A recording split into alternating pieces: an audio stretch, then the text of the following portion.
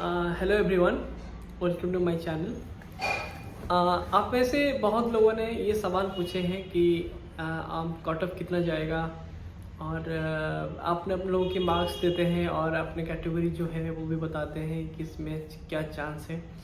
देखिए, ये जो सवाल है काफ़ी मतलब आपको डिफ़िकल्ट है प्रेडिक्ट करना, लेकिन इतना तो मुझे पता है कि जो कट ऑफ है आप 70% से ज़्यादा जाना काफ़ी डिफ़िकल्ट है, पर्टिकुलरली इंटरव्यू, क्योंकि वो लोग ऑलमोस्ट 1:5 रेशियो या उसमें बुलाने वाले हैं। तो आप होप रखिए कि जिसका 60 to 65% के ऊपर है तो आप लोगों को तो कॉल आने की ज़्यादा चांसेस है, इसीलिए थोड़ा सा मतलब सब्र कीजिएगा,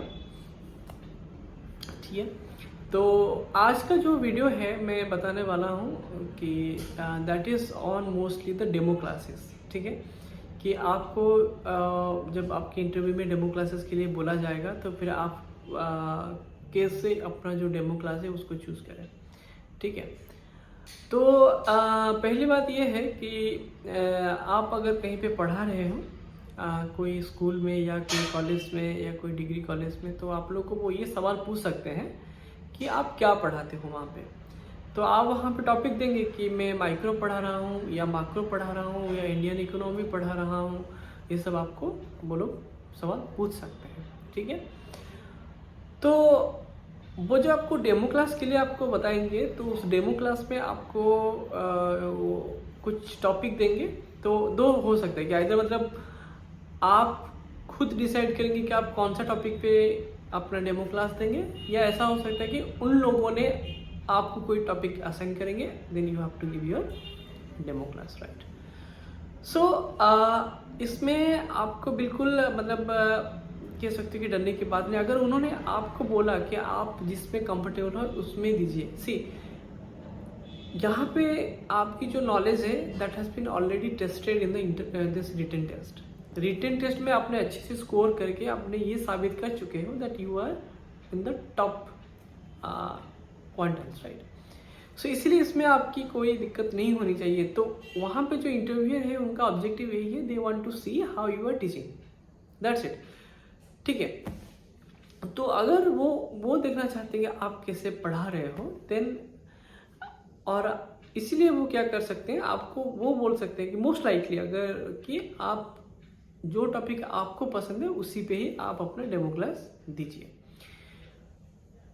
तो इसीलिए अगर आपको वो वैसा बोलते हैं तो फिर आप एक काम कीजिएगा कि आप हमेशा दो माइक्रो और मैक्रो में दो टॉपिक में आप प्रिपरेशन होके जाइए। मैं क्यों बोल रहा हूँ माइक्रो मैक्रो इंडियन इकोनॉमी क्यों नहीं बोल रहा हूँ, मैं आपको बताऊँगा। माइक्रो और मैक्रो इसीलिए क्योंकि वो आपके +2 के सिलेबस में है, ठीक है। और आप वहाँ पे जो इंटरव्यूअर है आप उनको आराम से समझा सकते हैं कि आप बच्चे को कैसे समझाने वाले हैं, ठीक है, ठीक है। ये बात आपको ध्यान रखना पड़ेगा, सबसे इम्पोर्टेंट बात है, ये आपको बहुत अच्छे से ध्यान रखना पड़ेगा। पहले मैं आता हूँ माइक्रो के ऊपर, ठीक है। पहले मैं माइक्रो के ऊपर आता हूँ। माइक्रो जब आप पढ़ाने की सोच रहे हैं, आप एक ऐसा टॉपिक ढूंढिए जिसमें कुछ डायग्रामेटिक हो, ठीक है।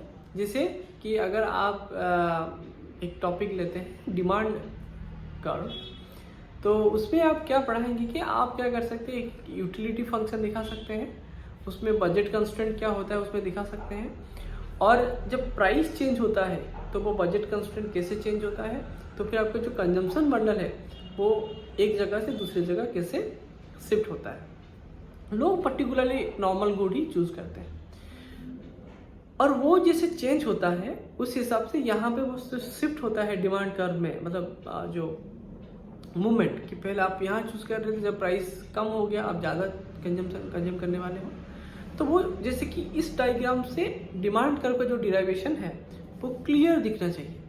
सो इससे क्या होता है कि अगर ये टॉपिक आप चूज करते हो और आप इसको समझाने की कोशिश करते हो इंटरव्यू पैनल को, तो फिर इससे क्या होता है, वो लोग वहाँ पे आपको देखते हैं कि आप कितने अच्छे से एक कॉम्प्लिकेटेड टॉपिक को सिंपल तरीके से समझा रहे हो, वो भी डायग्राम, क्योंकि अगर डायग्राम में आप समझा रहे हो ना, इतना बोरिंग नहीं लगता है, ठीक है। सो दे आर वेरी क्यूरियस।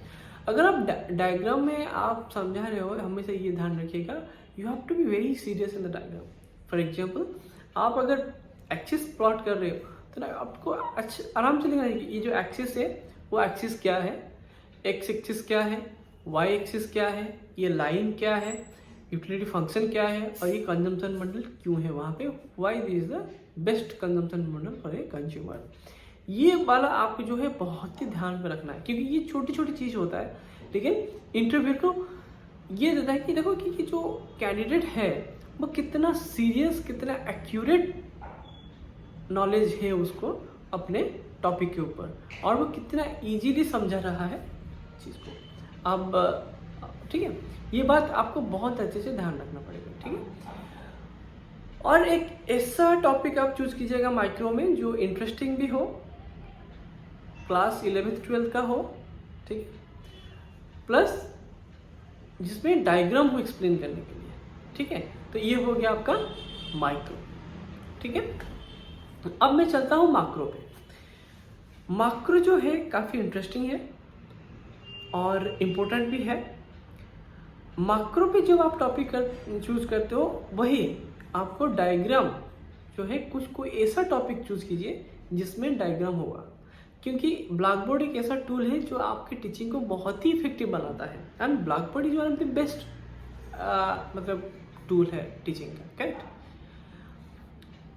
जब आप माक्रो की कोई टॉपिक चूज करते हो तो फिर आप एक ऐसा टॉपिक चूज कीजिए जिसमें डायग्राम हो, नंबर 1। नंबर 2, आप जो पढ़ाने वाले हो, ठीक है, वो एक इम्पोर्टेंट पॉलिसी क्वेश्चन हो, वो एक इम्पोर्टेंट पॉलिसी क्वेश्चन हो। पॉलिसी क्वेश्चन का मतलब क्या होता है कि सपोज आप ये कहना चाहते हो कि अगर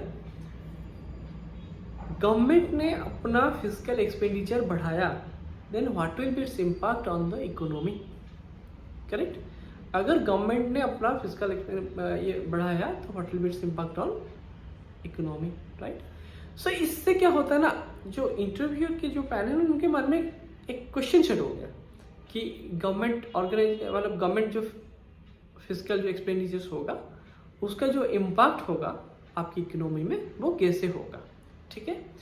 फिर आप वो जाइएगा y = c + i + g + x import, then उस इक्वेशन से आप डायग्रामेटिकली समझाइएगा कि अगर एक बार आपने गवर्नमेंट एक्सपेंडिचर अगर 1 यूनिट बढ़ाते हैं, उसका इम्पैक्ट जो है इक्विलिब्रियम आउटपुट पे वो कैसे आता है, ठीक है।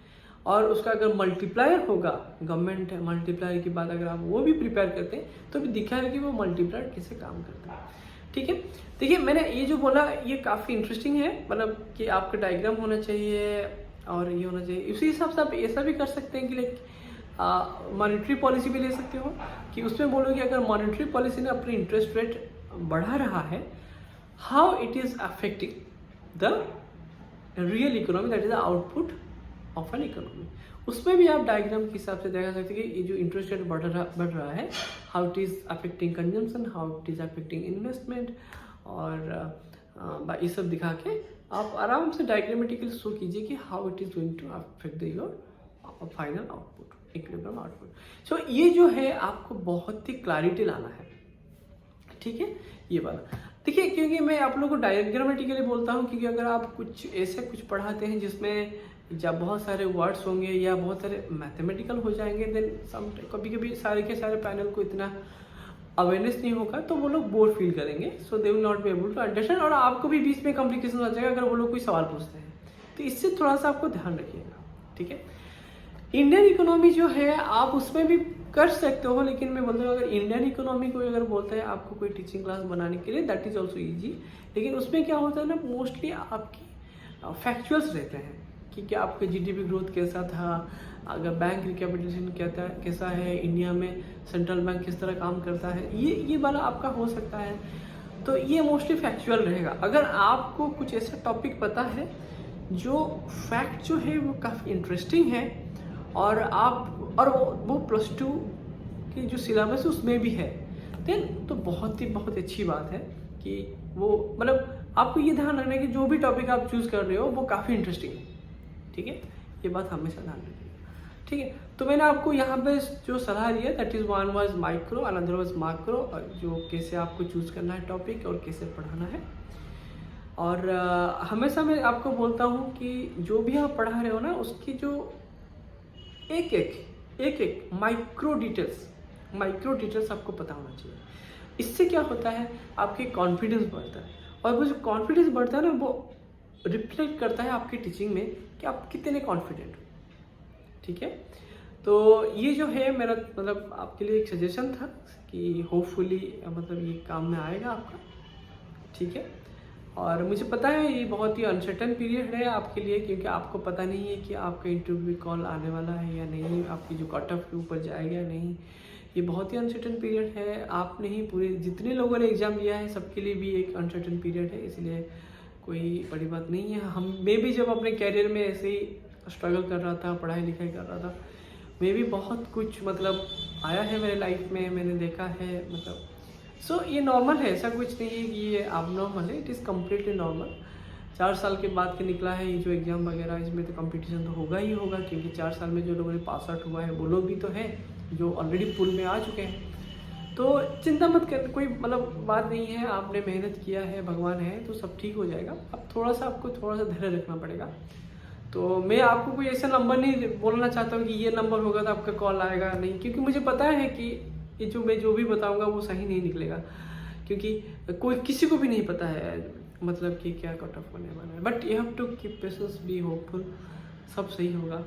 ठीक है, तो चलिए, आप अगर ये वीडियो आपको अच्छा लगा, कि मेरे जो सजेशन थे, छोटे सजेशन, अगर आपको सही लगा तो आप लाइक और शेयर कीजिएगा। और ठीक है, तो all the best. Okay, wish you all the best. And आप थोड़ा सा ध्यान दीजिए, कुछ नहीं होगा, सब सही होगा। ठीक है, चलिए, गुड नाइट।